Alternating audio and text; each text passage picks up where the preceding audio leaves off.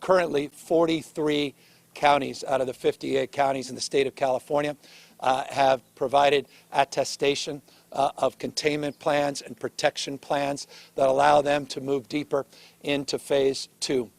We are putting more and more responsibility on counties, not only as we move through phase 2, but also into phase 3. We're getting to reopen all sectors of our economy. This is happening in real time, and it's an iterative and dynamic process.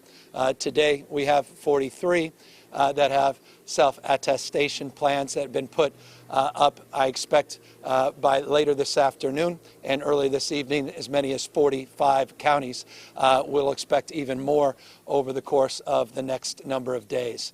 Our commitment is to continue to work with city and county leaders all throughout the state of California to address their concerns and their particular issues. This process has been remarkably collaborative. There are a few examples that are exceptions in the state of California that tend to get highlighted disproportionately, but I just want to express this. They're exceptions, and the incredible spirit of collaboration and cooperation is demonstrable in the engagement with city and county health directors and city and county elected officials from every part of the state of California. And that includes faith leaders.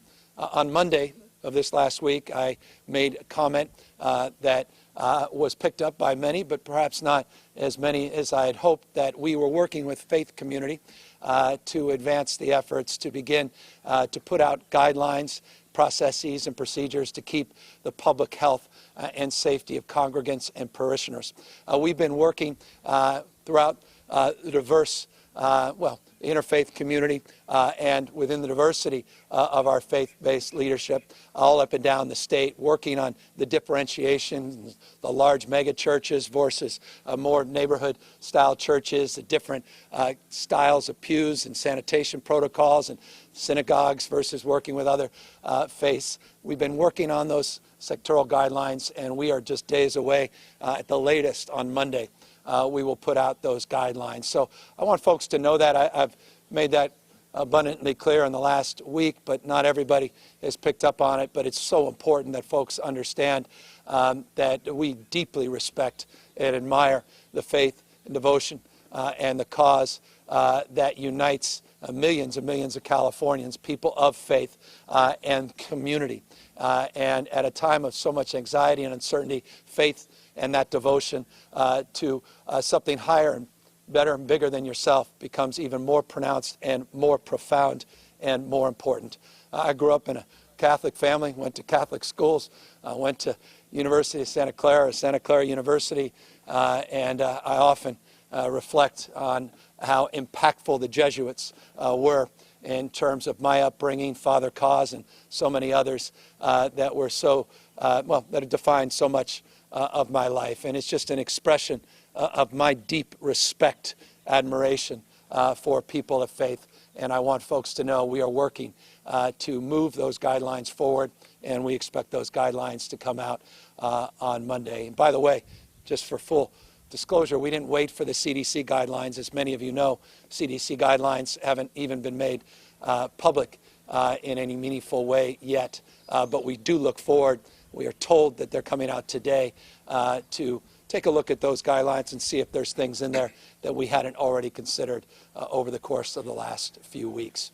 One thing we have considered is as we open up the economy, that the prospect of increased transmissions is self-evident. As people no longer are practicing with the kind of discipline they were, the physical distancing and the like, that we could see incidences of spread and concentrations of spread. And we need to be prepared for that. And part of the attestation plans that are required of counties, those 43 to date, are that they have to have the ability to toggle back and address the virulent spread of COVID-19 if indeed the numbers bear that out. Hospitalization capacity, testing capacity, appropriate levels of PPE, protocols and procedures that keep their communities safe and healthy. Let me just give you an example of a county that continues to be of concern in the state of California, a county we care deeply about, and that's Imperial County. I mentioned just a few days ago, and I've mentioned it in previous occasions, we've been watching Imperial County as a county that's not densely populated, but is really one of the most beautiful counties in the state of California. And it's a county that has resources, but often those resources are stretched. They have a few hospitals in that county. Currently, those hospitals are stretched because of a number of people that have ended up that have COVID-related concerns into that hospital system. We've sent out a team, and we are putting a field medical station in Imperial County, up to 125 beds to help decompress their hospital system. They've been utilizing ventilators. They were up to 70+% of their ventilators in use last week. I mentioned that on a few separate occasions. Today it's about 52%, but we're making sure that we get down there with appropriate PPE and make sure that our CalMat teams are present, as well as CalGuard is present. So it gives you a sense of the kind of deployment that you may see in the future if we start to see some incidences of spread that cannot be contained, particularly in communities that don't necessarily have the resources of other communities. It's an expression of this, expression of faith and devotion to this cause as well, of your public health and the virulence of this disease. And look, we're at a facility that stood, Sentinel facility, that stood up in 1918 and 1919 through another pandemic and an influenza outbreak. And there was a second and third wave in that pandemic. There were elected officials and leaders that were the anti-mask brigade, that were disgusted by the idea that people would appear so weak by having masks as opposed to the strength that I think is the symbol of wearing a mask. So many of the tenets of that history, they say history doesn't repeat itself, but it certainly rhymes. We need to be students of that history. We're at a facility that lived through that history. And so I just want to caution everybody as we move through Memorial Day to appropriately spend time, reflect on American heroes and the cause of freedom that united each and every one of them, the purpose of Memorial Day, and spending time with family, that we also do so in a thoughtful way, and that we are cognizant of not only our loved ones, but the reality of the spread of this disease. We saw an increase in the number of positive cases yesterday in the state of California. We saw 88 more human beings, 88 more families torn apart because of deaths related to this virus in the last 24 hours.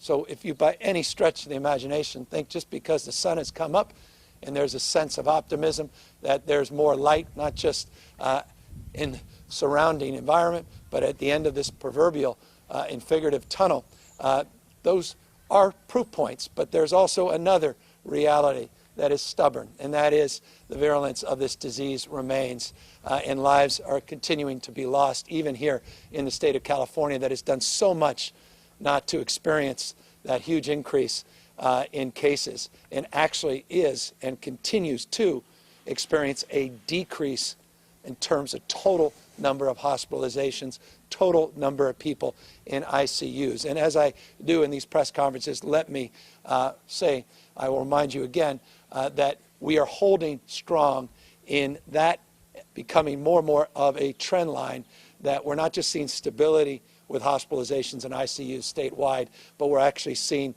declines, 7.5% over a 14-day period in hospitalizations, 6.1% decline in total number of people in ICUs. And by the way, those numbers are more significant than they may appear in this respect. Those come off relatively stable numbers over the course of many, many weeks. Remember, we're not coming off a peak and seeing precipitous decline. We're coming off a relatively stable trend and still seeing some declines in ICUs and hospitalizations. And by the way, those are the 14-day trends, but we also saw a reduction yesterday. But again, I caution all of you, none of us live in the aggregate. Those numbers are in the aggregate. Imperial County is just an example of a community not living in the aggregate. Other parts of the state, completely different conditions, little to no spread, no cases, and that's why these variances are appropriate, and we're very, very pleased by the progress many of those parts of the state are making in terms of responsibly and safely reopening. More to come in that space.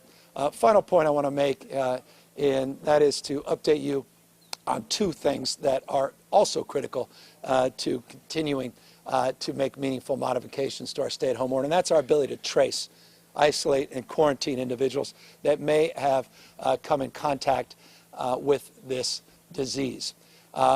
We announced a few weeks ago a partnership with UCSF and UCLA, partnership with the University of California system, to train tracers, to work with our existing infrastructure of close to 3,000 tracers that already exist in our county health system, and to supplement that workforce. The goal is 10,000, the phase one goal, with the capacity to go up to about 18,000 with a second phase goal. We had 500 people that were our first cohort that were trained a week ago. 300 people are in this new cohort, and now we have a workforce of roughly 5% of those that are not in 24/7 jobs within the state of California that will provide us the human capital to get trained and commit 6 months to become part of this tracing corps that will get us to that 10,000 goal. Today we launched California Connected, and that's a PSA campaign to explain people what tracing really is and what it's not. Because none of us are naive. I'm certainly not naive. When you get a call from some stranger on the phone saying they work with government, not everybody is pleased to receive those calls. Some may actually think it's fraudulent. Some may just be more reticent to tell the truth about what's going on, or even comfortable of spending a time having a two-way conversation. And that's why it's really important, as we train the tracers and build off the existing infrastructure that's been in place for years and years as it relates to tracing other diseases like measles and tuberculosis, HIV and AIDS, hepatitis, again, well established over the course of decades in this state, that we do so anew for COVID-19. And what makes this PSA effort so different is the cultural competency that's part of it. We're reaching out to communities that traditionally have not been reached out to as it relates to infectious disease control. Translating not just documents in multiple languages, but getting trusted messengers from within communities to let folks know that it's in not only their interest, but their community and their loved ones' interests to work with these trained professionals and provide information in a confidential manner. None of this information is shared. None of this information will ever, ever leave the vault that is a public health frame. This is all about mitigating spread and allowing us to move to reopen our economy much, much faster than we otherwise would. So while testing has substantially improved, and by the way, 1.5 million tests have now been conducted. Those are PCR tests, not the antibody tests. There's some states, lovingly I say this, that are conflating the antibody tests and PCR tests. We're not. Those are just the traditional swab-based PCR tests that you've become well accustomed to in the media, and maybe personally for those of you that have been tested. Our testing now is averaging over 45,000 tests a day. The good news, the positivity rate is holding steady. Why does that matter? I'll remind everybody, it's foundational. As you exponentially increase, and remember, we were doing 2,000 tests a day just 6 or so weeks ago. Now we're doing over 45,000 tests a day. When you increase the number of tests, you're going to, by definition, likely see an increase in the total number of positives. What we look at, though, is percentage of people testing positive to those, the denominator, that have been tested. We have been about 4.1% positivity rate over the last 7 days. That's very encouraging. It's been 4.4% if you pull back over a 14-day period. But those positivity rates are holding steady even as our testing substantially improves and increases. And I say improves, not just increases, because the improvement is where we're doing the tests, focusing on rural parts of the state, getting more testing facilities in Northern California, up into Mendocino, Lake counties, and also within our diverse populations in the state into black and brown communities. The partnerships with OptumServe and Verily have advanced that cause, and I'll continue to remind all of you on COVID-19, covid19.ca.gov, on covid19.ca.gov. You can type in your zip code and you can make a determination of the availability of free testing that is proximate to your residence. And we are doing our best to get up more sites in real time and know that testing is also foundational, but the tracing and tracking then become the then what question after someone has been tested positive, and making sure that we don't see a spread of additional cases. So progress being made in both places, and finally progress with PPE. Today I get my morning inventory. Over 86.4 million procedure masks have now come into the state. These large contracts that have gotten so much attention are producing real results.